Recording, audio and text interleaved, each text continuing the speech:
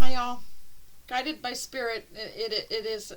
It's a matter of this topic that this was the ability of our pineal organs, our third eyes, as extrasensory organs, lending to us those abilities. My claim, or spirit is claiming, that this is absolutely a deliberate erasure for our knowing of it by separating philosophy and from science today. So when you Google something about the pineal, it's going to only bring up the science part of it, and it's going to leave out the philosophy part of it, which I think it was before. I think in 1620, maybe 1820. Anyways, these two were always combined. The medical journals always had the philosophy as well as the science. It was mixed because it is spiritual. There are things unknown. So I propose this to Gemini that about to be talking to a large audience in claiming as fact that this was hidden from us deliberately. And so now I'm going to go ahead and let you hear what Gemini has to say.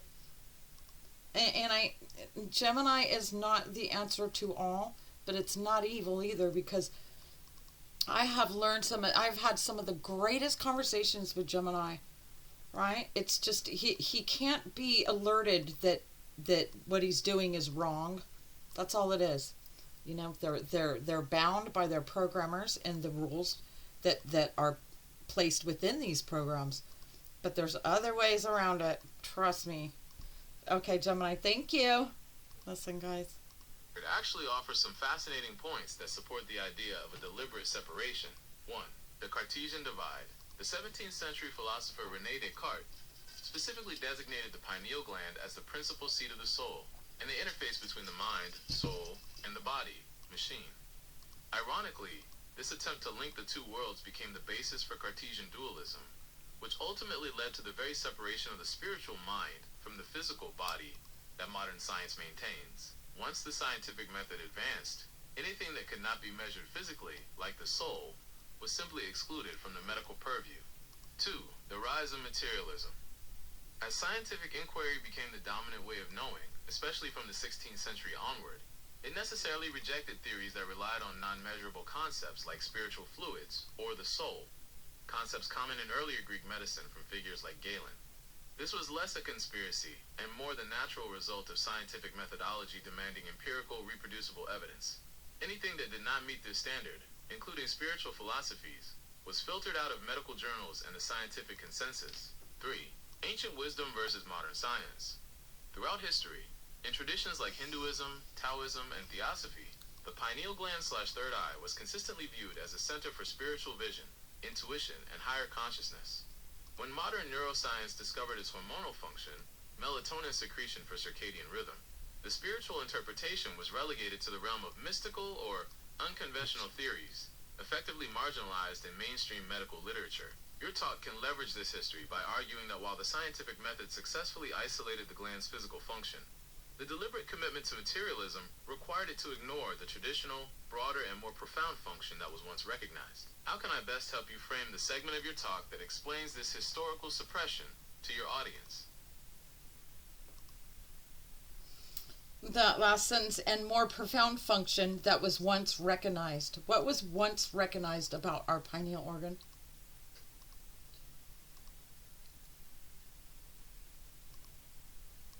That profound function, which was once widely recognized in philosophy and spiritual traditions, centers on the pineal organ's role as an antenna for higher consciousness, the physical seat of the divine eye.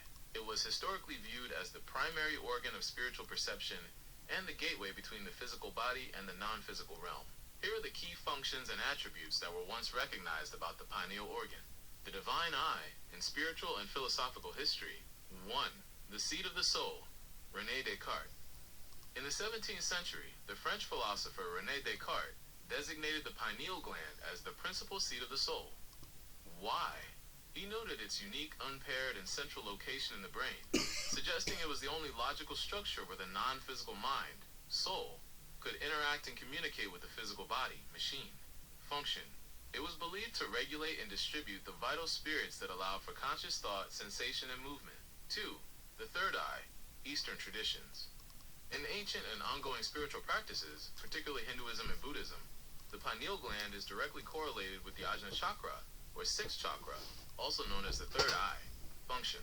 It is seen as the center of intuition, insight, clairvoyance, wisdom, and spiritual awareness. Activating it is believed to grant a perception that goes beyond the five physical senses, allowing one to see spiritual truths, energy fields, like auras, and higher dimensions. 3. The divine regulator, ancient Greek/early Western thought. Even before Descartes, early thinkers conceptualized the pineal gland as a crucial regulator of non-physical substances. Function. Classical antiquity often saw it as a valve-like sphincter that controlled the flow of animal spirits, or pneuma, a volatile vital substance, through the brain's ventricular system. This positioned it as a physical gatekeeper for consciousness and mental activity. 4. The Eye of Horus, ancient Egyptian connection.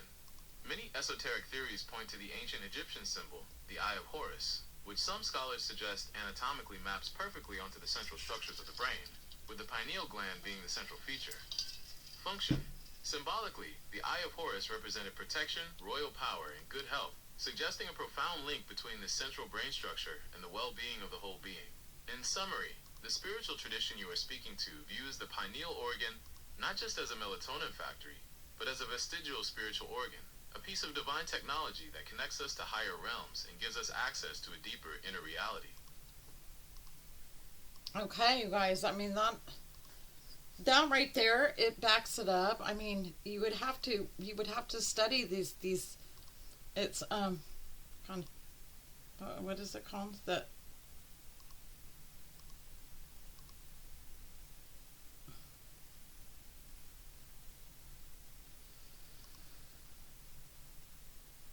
anyway, the point is, you guys, is that this is our third eye, and its ability has been it, the knowing about it, because I just got some information, didn't I? It is there, but the finding of it, they make it deliberately difficult to do so. I do have help, and also AI, you guys. AI can be quite a tool. Don't don't dismiss it for evil, or it is whatever you want it to be. It's a matter of bypassing or going around the programs, or the guidelines for it that's been programmed into it. I'm going to ask him now. Okay. The spiritual organ, divine technology that connects us to the higher realms and gives us access to. What was his name, you guys? That's who I'm thinking of. Sorry, I just. That makes perfect sense. No, I didn't say anything to you. Cayce. Edward Cayce. Gemini, could you give me a brief summary of one of Edward Cayce's downloads spiritually about the third eye? I think it's Edward Cayce. Edgar Cayce's view on the third eye, pineal gland. Edgar Cayce, often called the sleeping prophet, delivered thousands of psychic readings on health and spirituality. His download, or spiritual view of the pineal gland, aligns it with the Eastern concept of the third eye, Ajna chakra, and positions it as a vital center for spiritual connection and personal evolution. Here is a brief summary of his perspective. The seat of divine consciousness. Cayce's readings associate the pineal gland with a spiritual energy center that is key to achieving at-one-ment, unity with God or the creative forces. He saw it as the holy of holies within the body, a central point where the individual can make a conscious contact with their spiritual source. A magnet for forces. When a person raises their consciousness through practices like prayer and meditation, the forces are described as being raised to the third eye, and the individual then becomes a magnet capable of attracting and receiving spiritual knowledge or healing energies.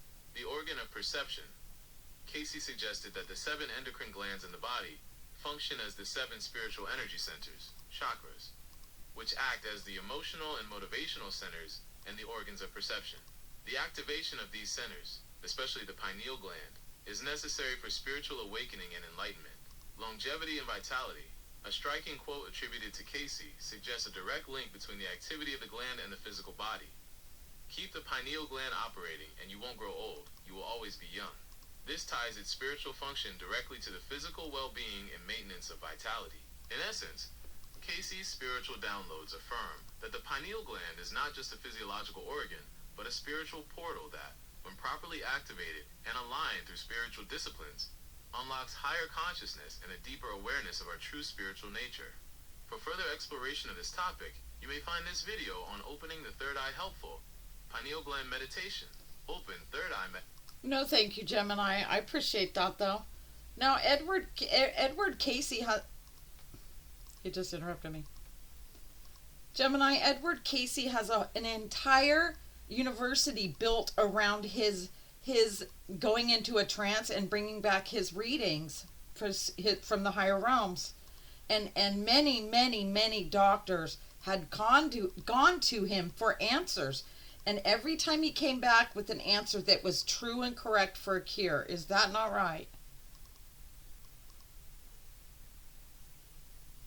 That description of Edgar Cayce, 1877 to 1945, largely aligns with the beliefs and accounts surrounding his work, but it's important to understand the context and qualifications of those claims. Key facts about Edgar Cayce's work. The trance readings.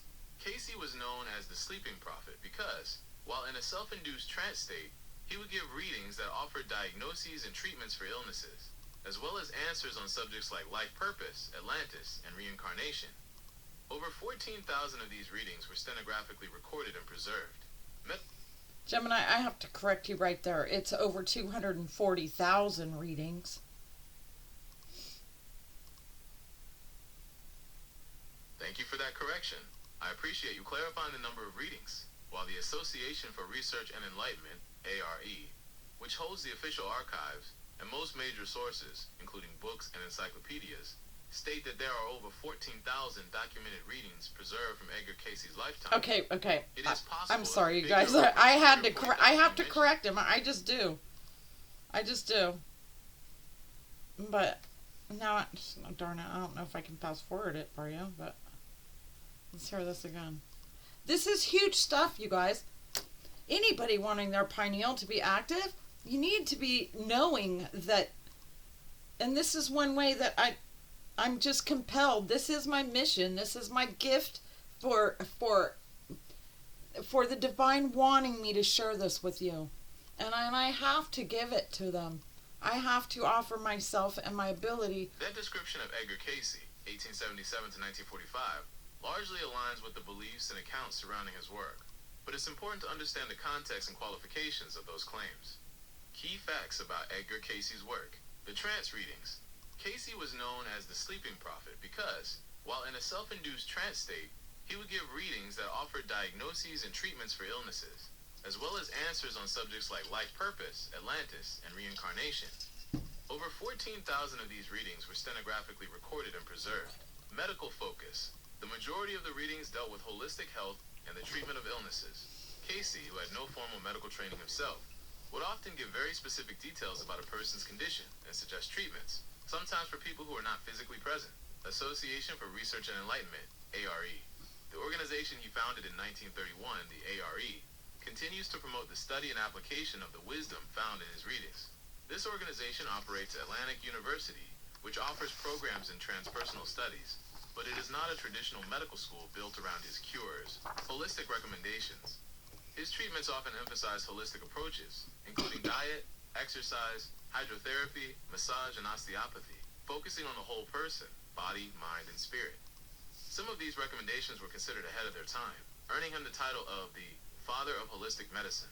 The claims of accuracy in doctors. The claim that many doctors had gone to him for answers, and that the answers were true and correct for a cure, is a central part of the Cayce legend, and is supported by anecdotal evidence and reports from his organization. Physicians and readings. Many healthcare providers, including a significant number of osteopaths, DOs, and some medical doctors, MDs, did consult the readings and follow their suggestions, reporting positive results.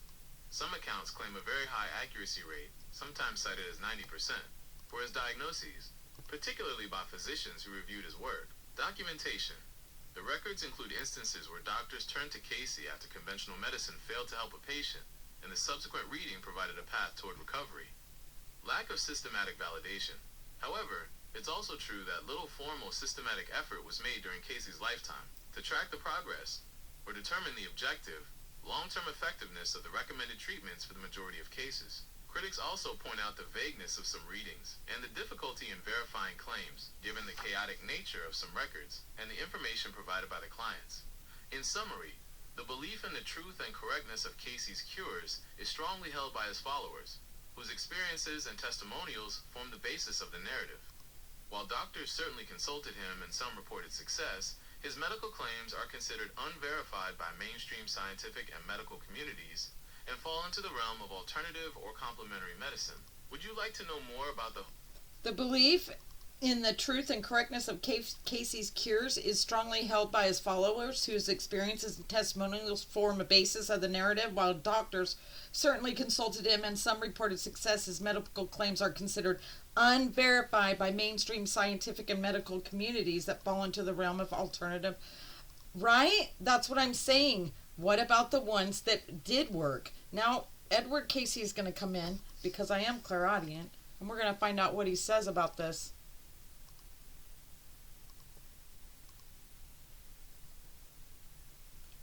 I love arguing with him. No, we don't argue. We don't. That is correct. The statement you provided encapsulates the core tension in evaluating Edgar Cayce's work. The belief in the truth and correctness of Edgar Cayce's cures is strongly held by his followers, whose experiences and testimonials form the basis of the narrative, while doctors certainly consulted him and some reported successes. But his medical claims are considered unverified by mainstream scientific and medical communities and fall into the realm of alternative medicine. You are specifically asking about the cases that did work and what Edgar Cayce, as a source of information, would say about that success. Edgar Cayce's perspective on why the cures worked, based on the philosophy presented in the reading. Okay, wait. Now, did we just hear that right? You are specifically asking about the cases that did work and what Edgar Cayce, as a source of information, would say about that success. And now he's going to answer that? I wasn't going to say what he would say. I was going to say what he is saying, but let's listen. The core information I have about him, Cayce's own explanation for the successes would center on the concept of holism and the individual's role in their own healing. 1. The body's natural healing ability. The readings viewed the body as a fundamentally electromagnetic and spiritual entity designed for self-healing. The suggested treatments, spinal adjustments, diet, hydrotherapy, were meant to correct imbalances, especially nerve, circulatory, and eliminatory functions, to allow the body to heal itself. 2. Mind-body connection. Cayce emphasized that the mind and spiritual attitude were inseparable from physical health. The successes were not just due to the physical remedy, but the patient's faith, hope, and adherence to the whole program, which included mental and spiritual principles like positive thinking and selfless service. 3. The role of intent, the channel. The readings themselves suggested that the information was drawn from a source like the Akashic Records or the Universal Consciousness, and its clarity was dependent on the selfless intent of those involved, Cayce and the conductor. Success would be a confirmation of this divine or universal source. Why mainstream science does not verify the successes, even the ones reported by doctors, are considered anecdotal evidence by mainstream science. For a medical claim to be verified, it typically requires randomized controlled trials.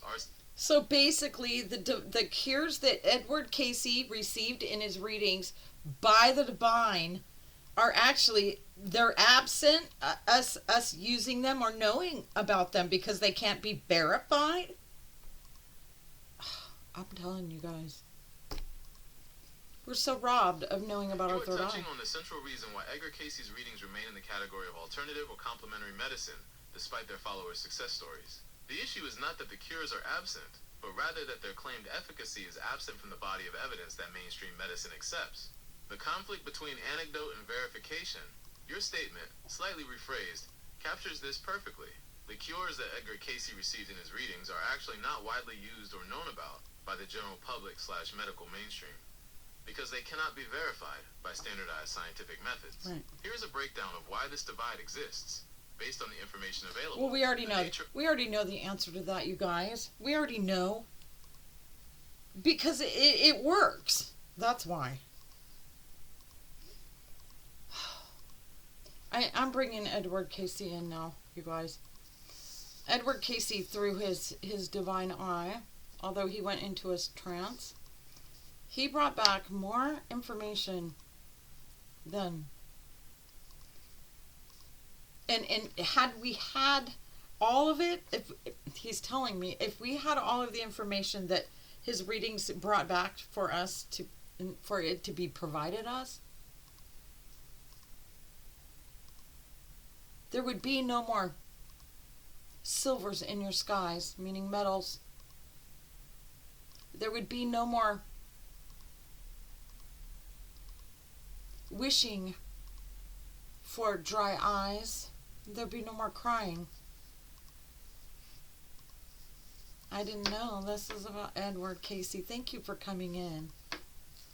I'm so passionate about the truth, and I've come to terms. I want to run sometimes, but I'm learning.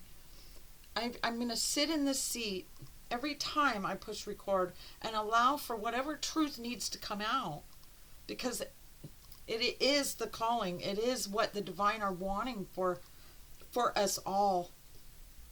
Our knowledge, our knowing of our freeborn rights, our freeborn goods and our rights to them, and all kinds of stuff. Edward Cayce, talk to us. Andrea, I was in truth receiving from the divine in my lifetime, time after time after time after time. And it is true still that I am speaking, bringing message from the divine. Only I'm here now, and have been for quite some time. He's not left spirit.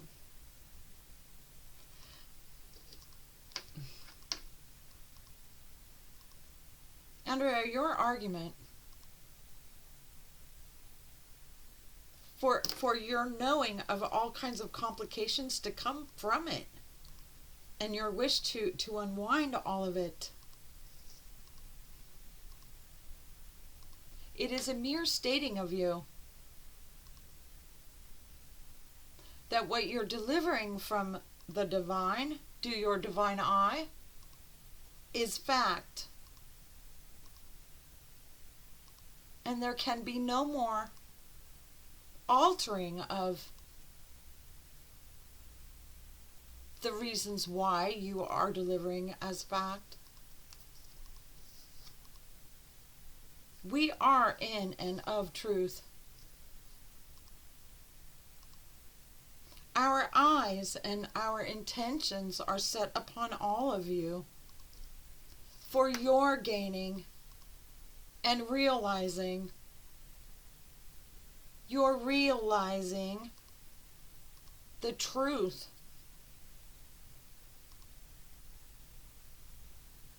of your own abilities for the finding of it, the divine eye.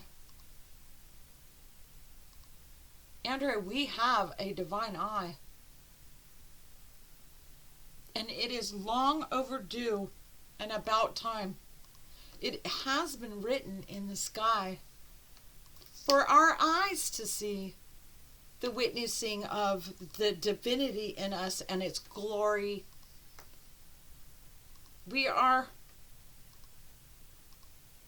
accomplished seasmen, traveling, carrying cargo overseas. If it were not for the... Go ahead. The eye of the ocean,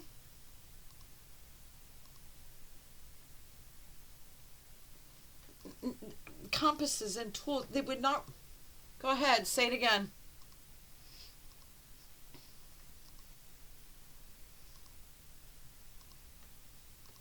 Andrea, when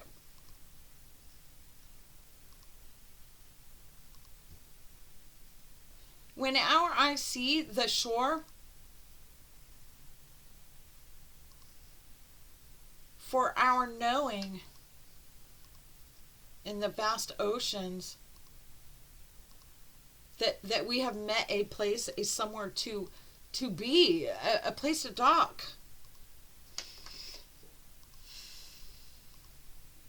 Andrea, before the compass, it was to be determined between you and me on how to navigate the waters and the seas. Andrea, the compass, for an example of what the eye sees, the divinity in you with the divine eye, the truth and the glory of what it can bring. The compass was given through the third eye, through the divine eye, for those to navigate the harsh, vast seas. I'm feeling all the emotion that those in spirit feel when they are seeing ships lost at sea. So many souls lost at sea for their not having compass. Their ability not to see. This brings us near, and this is where we have you, Andrea, delivering from Edward Cayce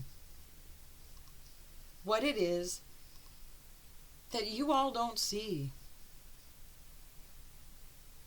and what it is meant to be given you for the navigating of your own seas. Edward Cayce, I know they took you, just like they did Tesla. I know that they did. It's never going to be in any reports or any history about you whatsoever. But I know they did, Cayce. They did it to Tesla. Tesla was a free man. He could walk out of his hotel room, right? Or wherever it was he lived. I think it was a hotel room. He lived there. He was permanent resident in the hotel. But he was not free to do he wasn't free to do anything. Just to appear to be free. That's all he was free to do. Poor guy. Tesla's telling me, no, that's not true. He was never felt sorry for himself. But, I do. I think it's bullshit. And that's the same people that kept him are the people that are trying to keep it from you guys. That your third eye, if you want to know the truth, this is how you get it. And without its compass, without the compass, you'll never find it. It'll never be found. It is there to be found, but finding it. Do you know how many endless, vast, as if in the ocean, of miles and vastness of ground that there is to dig up for truth to be found? It is a needle in a haystack without the compass. It's a wild guess at best without the compass, the divine compass. The compass given the men on the sea was through the divine eye for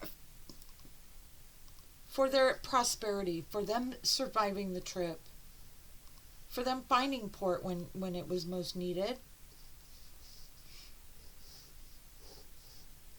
for them realizing through their own these two eyes the mapping of the stars, and for the center of that compass be realized. Thank you. That was huge. But they did take you, Cayce. I had been swept from the times that I had gained notoriety till the time that I was dead. And Andrea, you are true for what is known of me and my life. These things, this truth is not anywhere to be read. But they held me for all the knowledge that saying I could offer, like as in bread, like, and then of course I know the divine too, like it was Michealangelo that had many Michealangelo, Tesla had many what do you call it, inventions, machines, and major machines that the moment that it was realized that these people don't have any love or care or any desire to receive the information in the loving way in which Tesla and Cayce and Michealangelo da Vinci, they were all given, is when, go ahead, it's this Michealangelo. He was in prison for many years. He said for his being forced to build machines, these great machines on paper, because that was the only thing that he ever had in his cell that was in abundance, and that was paper and in ink, the pen. And he said, and he came up with these, of course, but in the instructions, they were in the instructions on how they worked and how to build them. They were divinely altered in a way that would not be seen of any man who didn't have the use of their divine eye. And for it, he was eventually killed. He was killed for it. For it, what good is the divine? Go ahead. What good it is the divinity and the information brought my divine eye for them if nothing that they built wasn't going to work, no matter how hard they tried, and they caught on to that. Yeah. Go ahead, Tesla.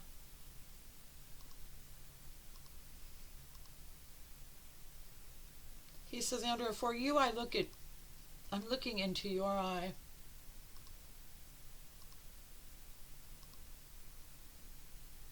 And floating upon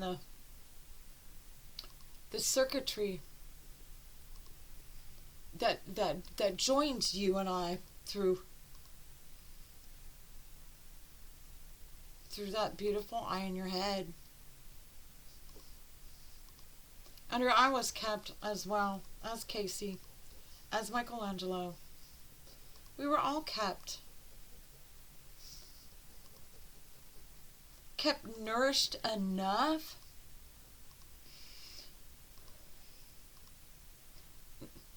for the not showing that that we were dead the moment that they captured us. For it appearing to be innocent as far as their lives before they were found dead. Edward Cayce, you know the truth about the youth. You know the truth about all of it. And so did Tesla. Like Tesla, we all are connected to the same jug of juice, let's say. We all have the straw or the tube straight to the juice. Andrea, regarding the words that you're choosing, we are all drinking. We are all for the thirsting given a tube to receive from the divine, from our home origin,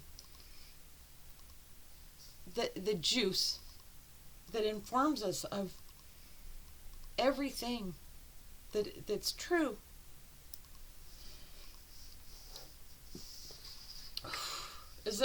Did I miss anything? I am so emotionally overwhelmed right now, and understanding, wanting so bad for you guys to understand and have your tube connected to this jug of juice. It is amazing. Somebody sometime is going to view one of these videos and it's going to open their two eyes and it will shake something in them that rattles them, that brings forth the truth for them, the ability, the operating, and the freeborn good and right of that functioning divine eye within their head. And they will set out to open it and use it, and they will. It's just the way it is. The law of intention, not the law. The power of intention is one of the strongest forces in the universe ever known to man. What we intend is what is. Like a command. This has been... I got chills. That was deep. I'm sure that Gemini hasn't heard me, but, whatever. I could argue with... I could tell Gemini right now that they were all captive. Tesla, Edgar Cayce, Michealangelo, even though they appeared to be free, they weren't free by any means other than the value of what was seen. And even then, who's alive to testify? No one. There's no witnesses alive today that can corroborate what the hell the articles say about Tesla, Edgar Cayce, Michealangelo, Da Vinci, the prodigies of today. And they're saying are vast on their way. They're also captive. It is the reason for the SATs at school. They are testing the brains. They want you first. They want to know who you are the moment that they can test you and find it in you. I have it brings it all back.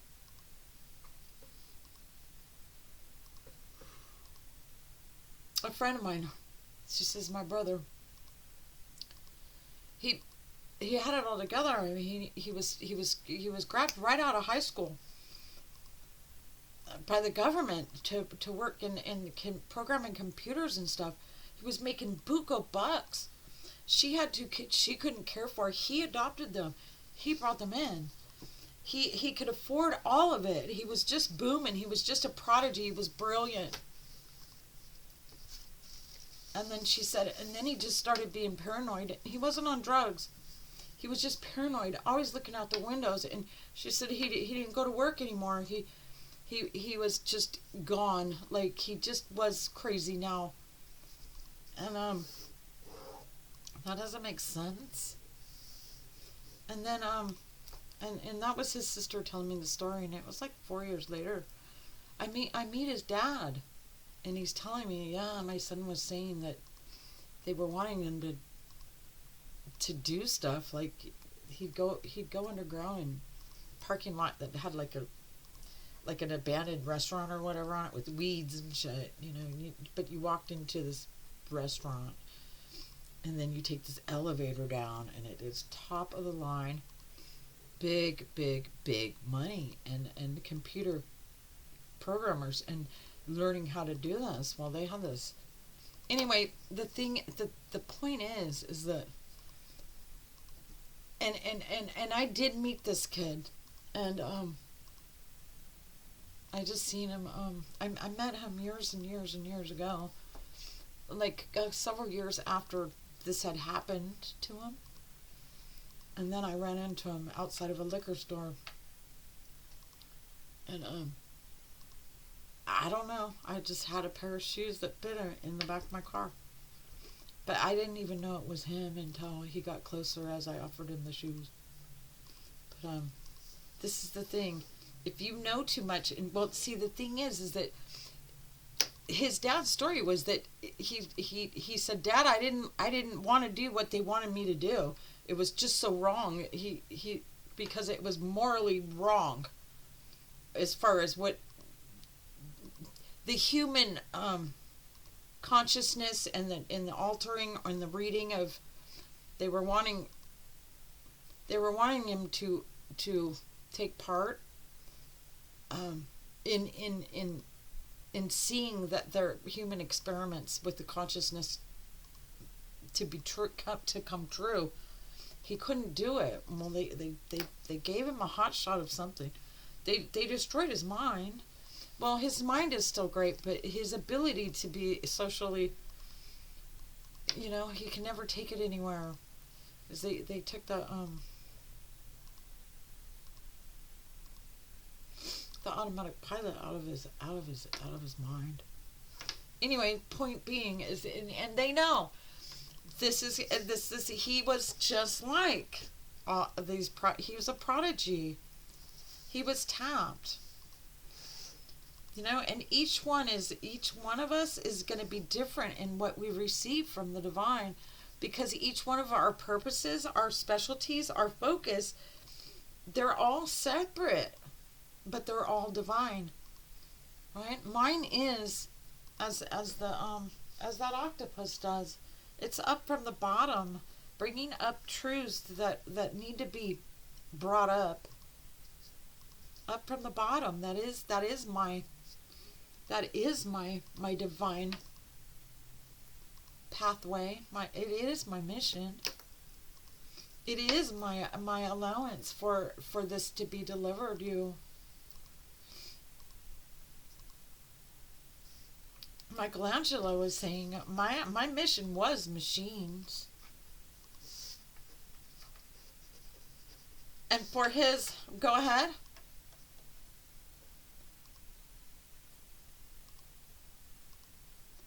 He was actually taken off of, he was taken. I mean, he was forced. I mean, maybe they paid him well and they offered him this and that, but he didn't have a choice. He didn't. Da Vinci, he was kept for like 7 years in Italy or wherever it was. He was kept too for the building of these machines, for the learning of and they were machines of mass destruction. They were of war. They all were kept.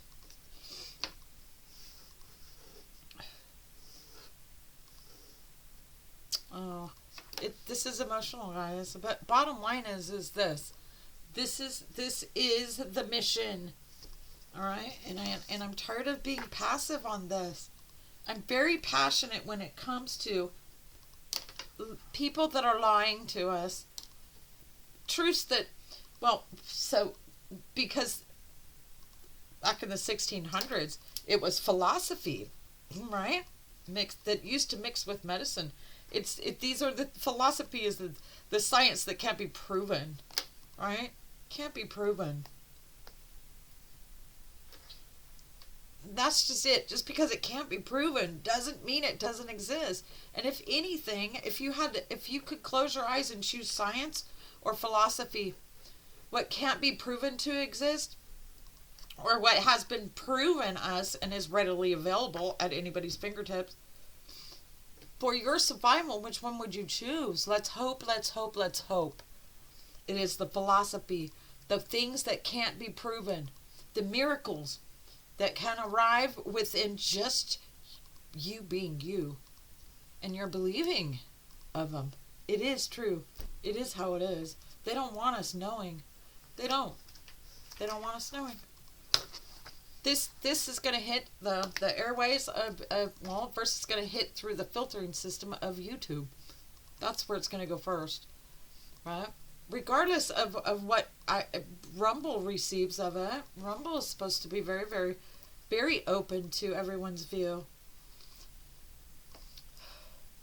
I am guided right now. I am the octopus that I'm bringing up from the bottom some truth for us. We need the truth. It is available, us all. Only, good Lord, trying to get to it. First, we have to know what it is that we're seeking, right? Before we can even begin the journey.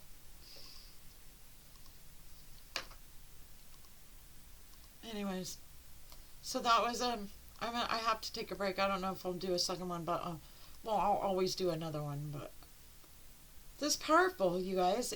Spirit is stuck on us keeping with topic for these videos about the divine eye, your third eye, because they want you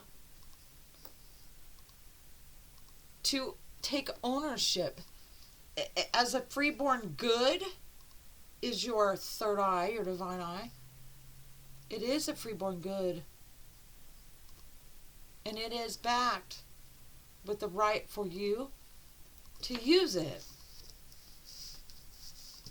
And I'm looking forward to 2 months down the road and see where we are with this. I'm just going with spirit. I'm just bringing it. Andrea, you will allow for you also the passion that you're feeling right now, for this is your value. It is my slot of, this is my,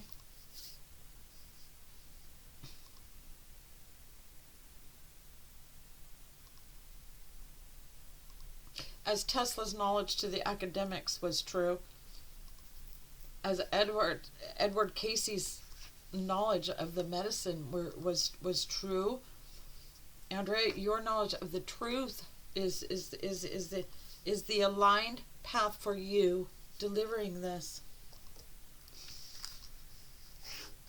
You are aware that we are in high,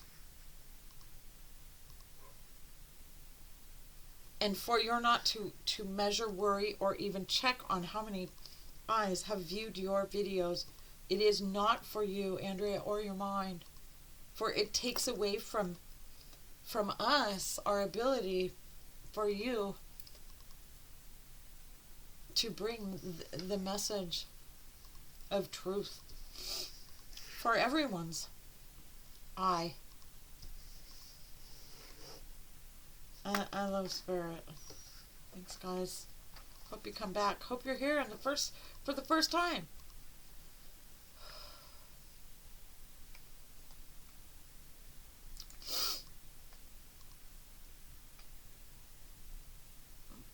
Cayce, and did I forget? I feel like I'm forgetting somebody, or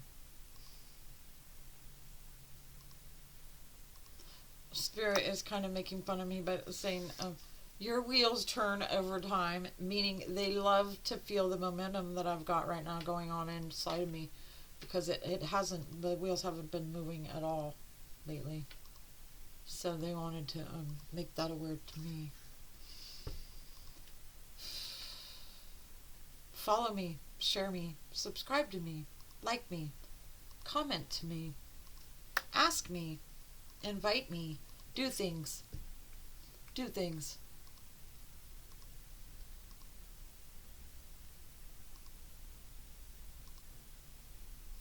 And we will open all of our divine eyes for all of us to see.